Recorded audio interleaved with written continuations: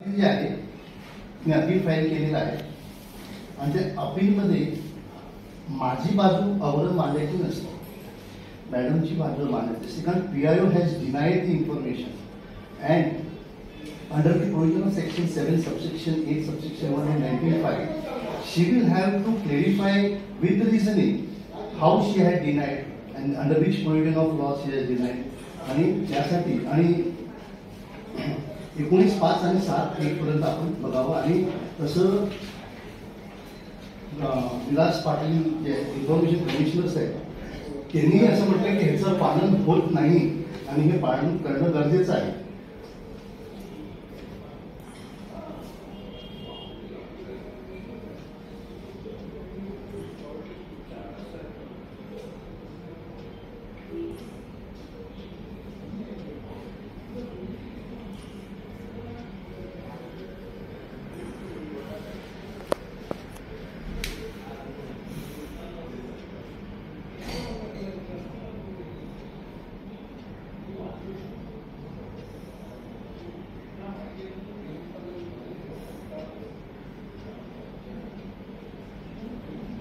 काय म्हणाले तुम्हाला सर 19(5) प्रमाणे आणि 10/8/2003च्या JR प्रमाणे माझे हिअरिंग घ्यायच्या अगोदर आपण मला लेखी मॅडमनी द्यावं की तुम्ही कुठल्या आधाराने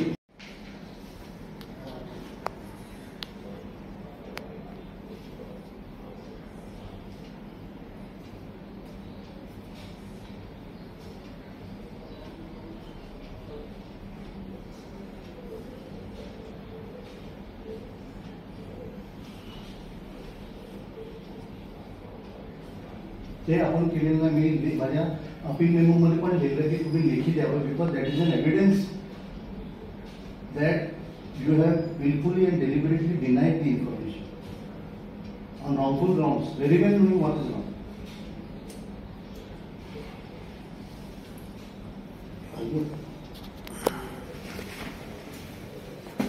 महिनी दिखून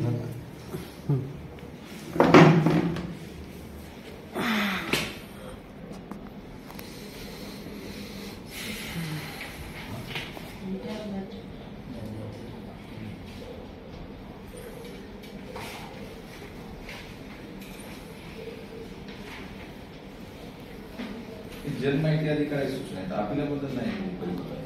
मग जन्माहिती अधिकारी द्यावं 19(5) तुम्हाला उत्तर दिलं नाही का ह्या नाही त्याचं उत्तर त्यांना गेलं उत्तर म्हणजे अपील मेमोला तुमचं काय ऑपोजिशन आहे ते दिलं पाहिजे अगोदर. कारण कसं असतं त्यासाठी तर सुनावणी नाही मी ऑल जेव्हा आपण कोर्टात जातो जेव्हा आपण पिटिशन फाईल करतो तर एफिडेव्हिट रिप्लाय समोरचा देतो आणि त्याच्यानंतर आर्ग्युमेंट देतो. पण आपल्याला कालावधी समजण्यासाठी किती दिवस वेळ आहे माहिती आपल्याला कधी प्राप्त आहे नाही आता राहू द्या तुम्ही आय विल कंटिन्यू नाही ते देण्याच्या ऑर्डर करतो 3 दिवसांना आपण आता we will continue I will not stress I will not you have raised the objection I will not stress on this taking the cognizance of your objection is my duty. Henceforth it can be done for this I will not stress on this now. कारण परत तुमचाही time जातो आणि माझाही time दोघांचाही तेवढं पाहिजे असेल तर मी वेळ देतो तुम्हाला पण 3 दिवसांना मला कंप्लीट करायचंय कारण माझे रोज मॅटर्स असतात. तिसरी गोष्ट सर ते नोटिस मध्ये घ्या की त्यांनी जनमाहिती अधिकारी आहे सुनावणीपूर्वी 3 दिवस अगोदर आम्हाला रायटिंग मध्ये 3 दिवस सुनावणीच्या अगोदर जनमाहिती अधिकाऱ्यांनी आम्हाला रायटिंग मध्ये रिझनिंग देणं गरजेचं होतं मिळालं नाही असे त्यांनी 2 परिपत्रक दाखवले. त्यावर आम्ही त्यांना सदरची सुनावणी 3 दिवसानं ठेवण्याबाबत सूचित केलं. दरम्यानच्या काळात जर माहिती अधिकारी त्यांना ते रायटिंग मध्ये रिझल्ट घेतील असं सांगितलं पण त्यांनी आता आमची काही हरकत नाही आणि आज सुनावणी घेण्याबाबत सांगितले. पुढे तसं सर हे गरजेचं आहे की फर्स्ट एपिलेट अथॉरिटी आणि PIO यांची ट्रेनिंग त्यांना असणं गरजेचं आहे. कारण आज जे मला आर्ग्यू करायला लागते यासाठी की with all due respect to both of you की तुम्हाला RTIच्या कायद्याचा ज्ञानाचा फार अभाव आहे एकदम नम्रपणे आणि त्यासाठी तुम्हाला प्रशिक्षण घेणं हे फार गरजेचं आहे. त्यामुळे मी तुमच्याकडे तुमचं प्रशिक्षणचं सर्टिफिकेट विचारतो.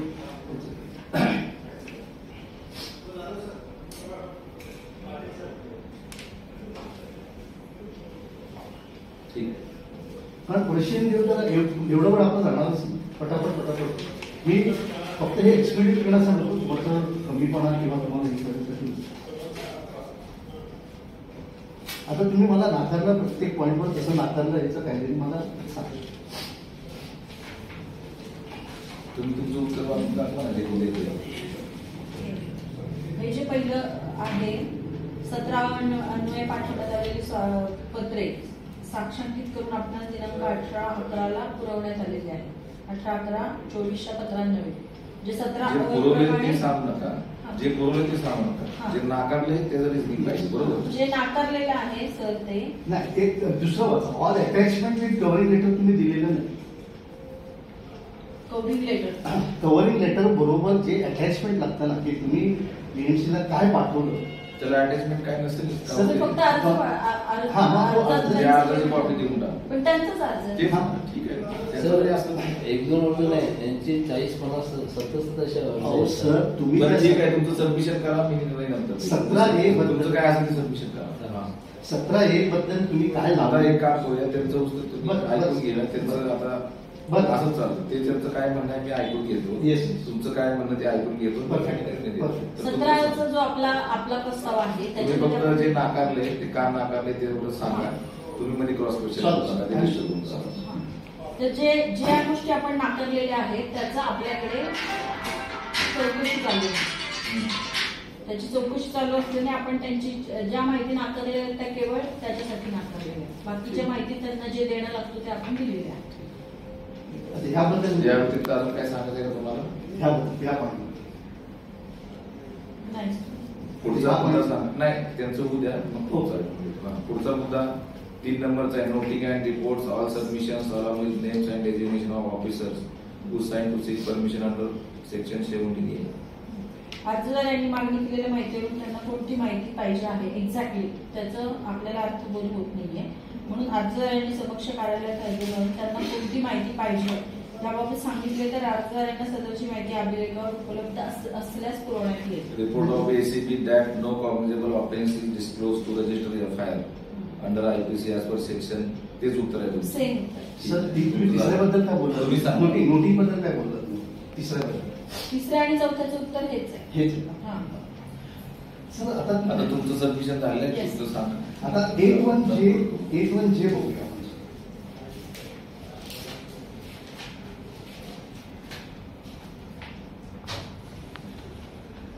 द इन्फॉर्मेशन सांगा. द इन्फॉर्मेशन त्यांनी म्हटलेलं आहे इन्व्हेस्टिगेशन आपलं इन्क्वायरी चालू आहे म्हणून.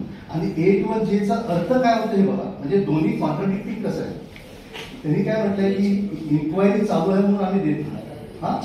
आणि 8J काय म्हणतं information the disclosure of which has no relation to public activity or interest or which would be or the case will be satisfied for लागत. माझं कंप्लेंट आहे ती माझी कंप्लेंट आहे. मी काय दुसऱ्याची कंप्लेंट बद्दल विचारत नाही की यू कॅन से दिस. पण आपण ते ऍक्च्युली बोलतात काय की इन्क्वायरी चालू. आता दुसरं आता मी येतो इन्क्वायरी करतो. इन्क्वायरीमध्ये इथे 8G नाही 8G इन्क्वायरीबद्दल कुठल्या madam?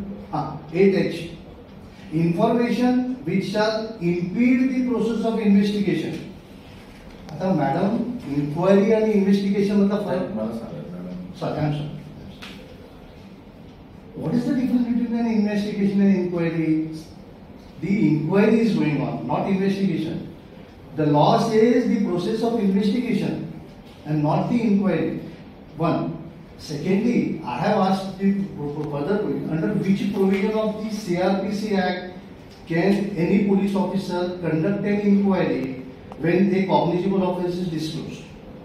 So there is no question over there. Now coming to the fact, whatever madam said is right, I will show you the directions of the DG and the DOPD where the information shall be shared to the complainant.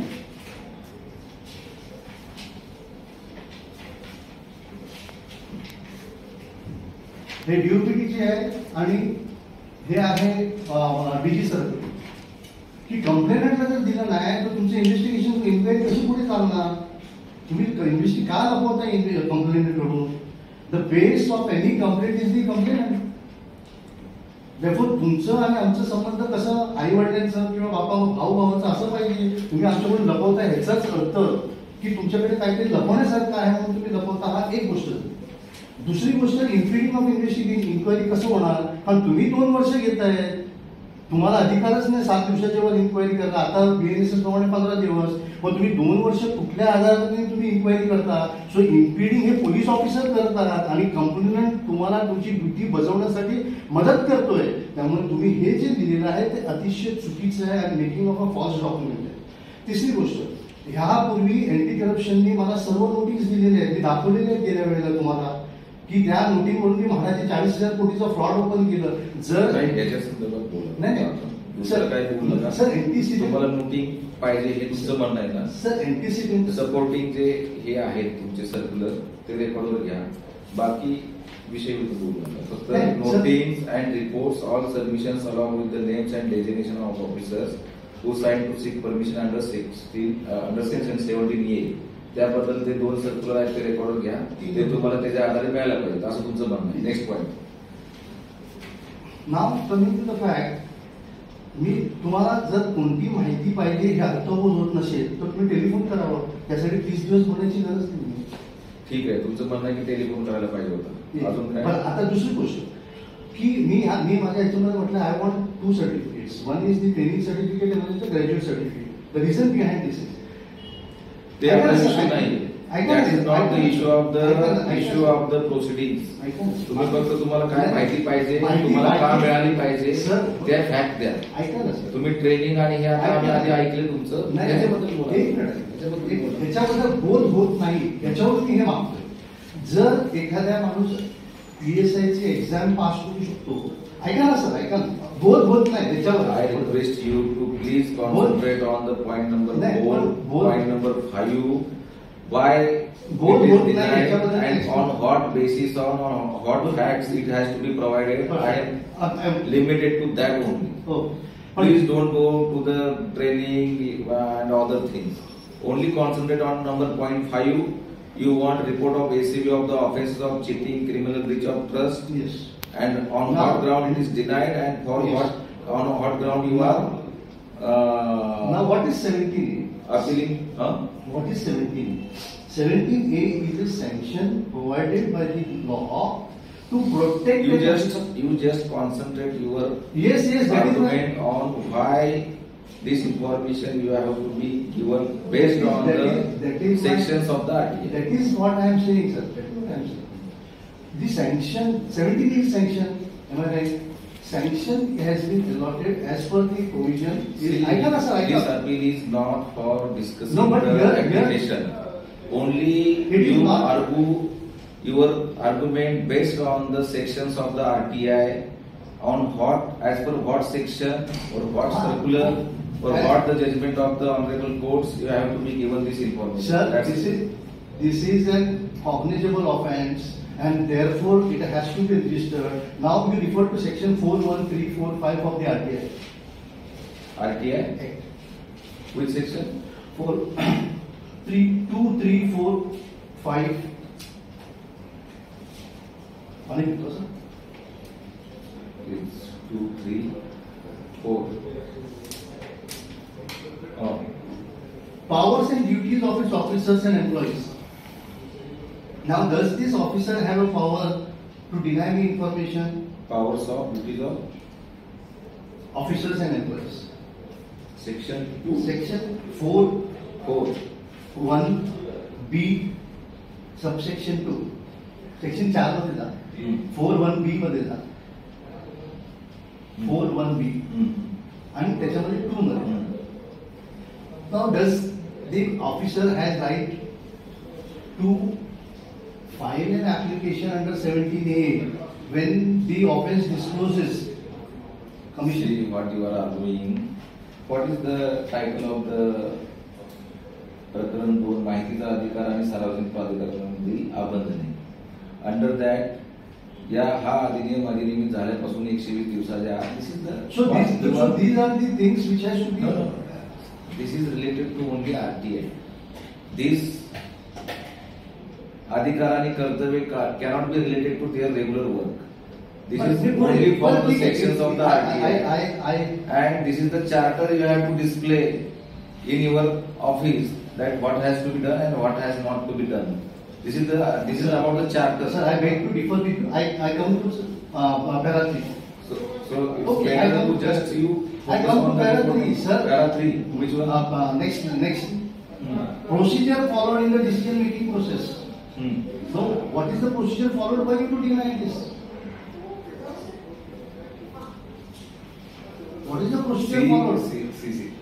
या अधिनियमाने देण्यात आलेल्या माहितीचा अधिकार मिळणे सोयीचे होईल अशा रीतीने आणि स्वरूपात सर्व अभिलेख योग्य रीतीने सूचीबद्ध करील, त्याची निर्देश सूची तयार करेल आणि त्याचे संगणकीकरण करणे योग्य आहे. अशा सर्व अभिलेखामध्ये वाजवी कालावधीत आणि साधन संस्थेच्या उपयोगानुसार संगणकीकरण केले जात आहे.